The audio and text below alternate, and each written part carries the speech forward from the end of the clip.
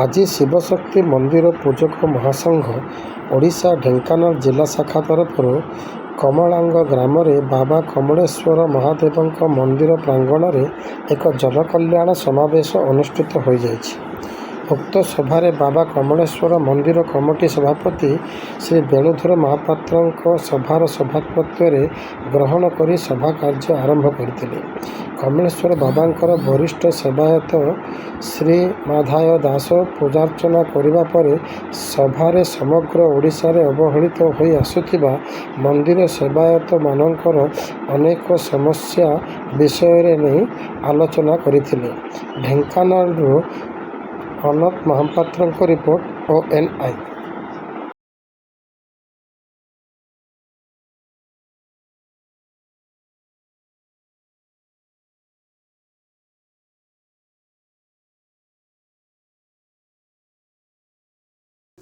सभापति महोदय को आज महार्घ अवसर में विदायना को उत्तरीय और पुष्पगुच्छ दे सम्मानित करते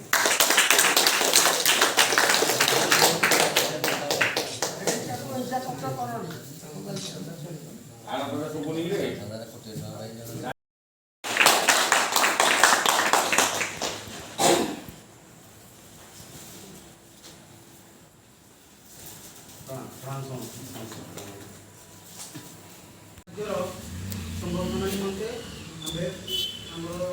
उपस्थित समस्त सभा राज्य संपादक श्रीयुक्त संजय कुमार महापात्र एवं जातीय उपदेष्टा विद्याधर महापात्र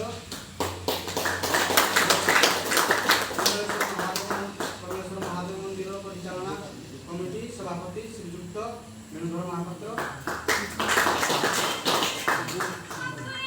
एवं संपादक कमिटी संपादक मायाधर दास